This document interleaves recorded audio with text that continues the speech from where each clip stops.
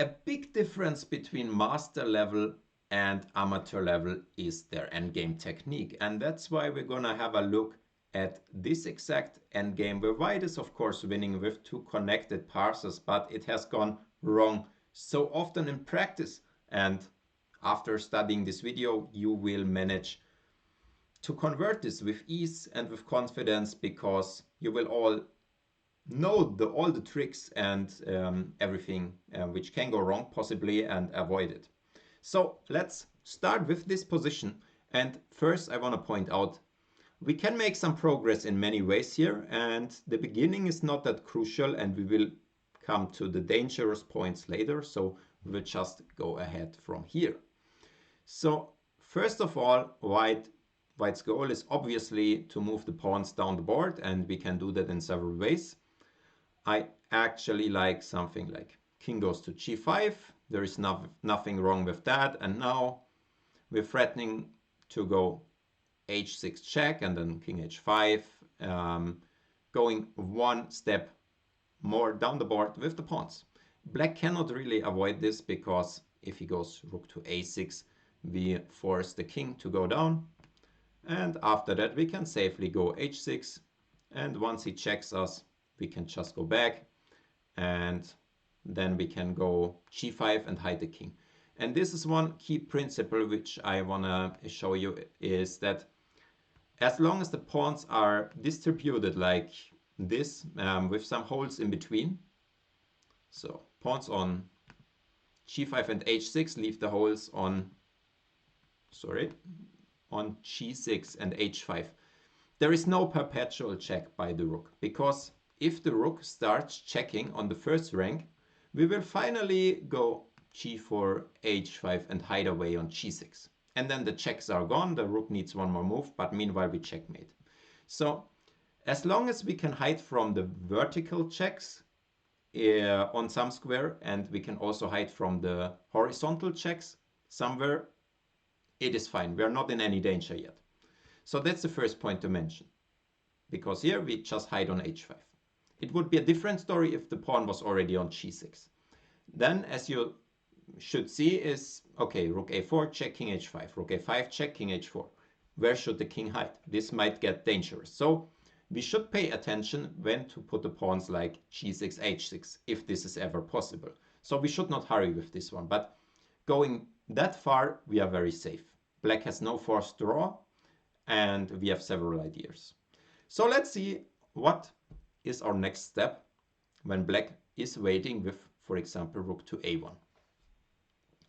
And here is the moment where you should pay most attention, because here is the thing where people tend to get wrong. So the first thing I want to point out that is that playing h7 in a premature situation is the most dubious way to blunder it away, because after h7 it's immediately a draw, as the king hides in the corner and the king itself is stalemated, and thus the rook can sacrifice himself and it would be a draw. And white can really not get out of this, because if he moves the rook away, then the h7 pawn will drop, and on everything else we will just play crazy rook and sacrifice the rook everywhere. For example, rook h6 here, and no matter which way white takes, it will be stalemate, and after king f5 we can just continue the game, just chasing the king down the whole board. And okay, if the king goes here, we finally pick up the g pawn, and with the h pawn alone white will not win. So that's the first thing to keep in mind. Don't push h7 too early because of the stalemate tricks. So what to do then? Basically, I would say I would play king h5 because it improves the king.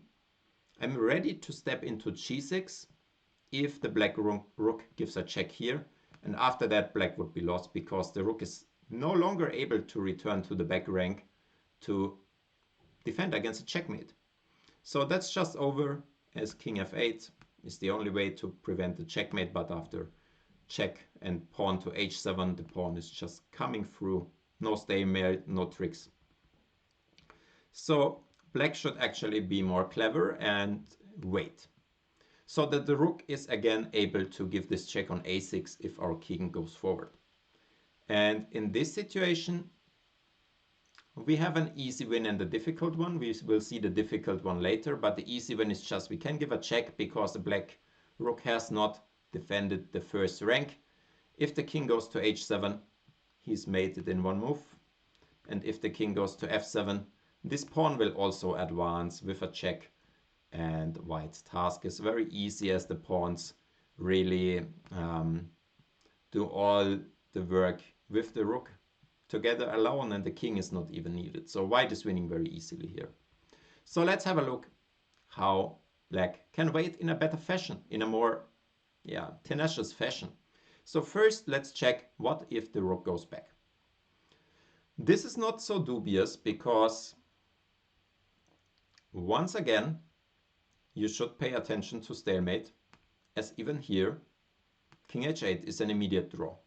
King h6 might look like black cannot move, but he can give this check, and again after g6, if we try to hide, he can just take it. So be careful with this h7. This is usually the last blunder and the thing you need to watch out for. Also, we cannot yet play king g6 because we will be checked and the black rook will return. So in this kind of situation, we need to really take care. And we also cannot really go g6. Maybe we can, but it's not so clear because the rook will start checking us. So my favorite technique is to go something like rook to e7, black is waiting, and then go forward with the king. Because now the rook is in a position where it's very ideally placed, so we can cover some rook checks from the side. For example, here after king f5, we can play something like this here, and if the rook keeps checking, we have rook to e6. And now the rook needs to return because, there was checkmate, threatened more or less. And white made some progress because the king now is very active. And now we can move the pawn to g6. Black can basically just wait. And now comes my favorite part of the technique here. We try to transfer the king to the 5th rank again, the rook to the f file. So we could start, for example, with rook e5. He might give a check, but this time we go to g5 with the king, and he would cover this check here on the 8th rank again. But now we play rook f5. There is no check, and we are ready to continue with our plan, which you need to see once. You will remember it because it's actually also quite beautiful, which is, okay, black can still wait here, but then we go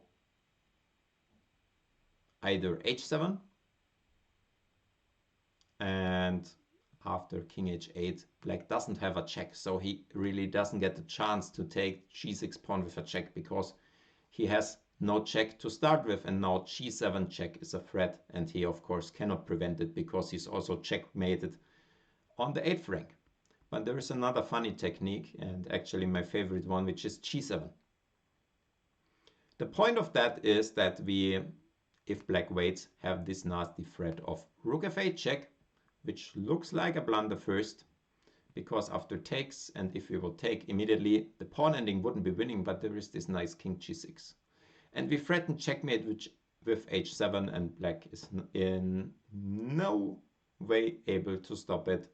So the game is over. Black could sack the rook, but of course this pawn ending is completely lost. And one last, maybe, no, it's not a counter trick here. This counter trick comes if black goes king h7 immediately, then we can play this, and his last trick is that he takes, and we cannot take and take a queen, because then it would be stalemate actually, but we can take either knight or bishop. Bishop works because the bishop is controlling the color of the corner, so we could take bishop or knight and win the game here as well.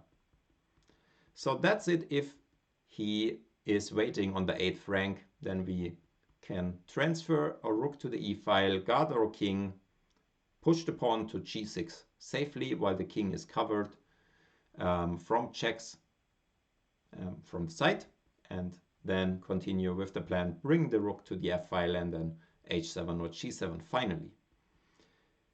So let's have a look at another approach by black, which is try to pin our pawn. And this is actually quite similar, I would say. We can basically do almost the same, I guess, because we go here, and then after something like king g6, we go and guard the king from the side. It's basically working all the same way. So that's it. Summing up, the biggest dangers are that your king might be in some perpetual check from the side. If you move the pawn side to side, there is no place to hide in between. The other big issue is never push h7 too quickly, because there are stalemating ideas. And yeah, that's about it. Also, don't go with the king too early, because you won't hide from the checks. Okay, you can correct this later, but anyway, you shouldn't do it because it will take some time. So after all this study session, I would really recommend you to play this position out against a friend or against a computer. Set up this starting position. You can also set up the starting position with a few moves earlier, even with pawns on g2 or h3, and try to play it out several times. So by doing this, you will really find out if you manage to beat somebody in a practical game, or if you will need to repeat all the motives, try to figure out again how to exactly avoid the stalemating ideas and how to exactly make the progress. That's the hands-on experience, and once you have won this position like 10 times, you will be very confident and you won't let the points slip away in your real games. So hope I could give you some insights on this type of endgame, also on the practicing methods and all the ideas. If you have more ideas than what I mentioned, please mention them in the comments below, and I'm curious to learn about that. So thanks for watching, and I hope to see you in the next one. Goodbye.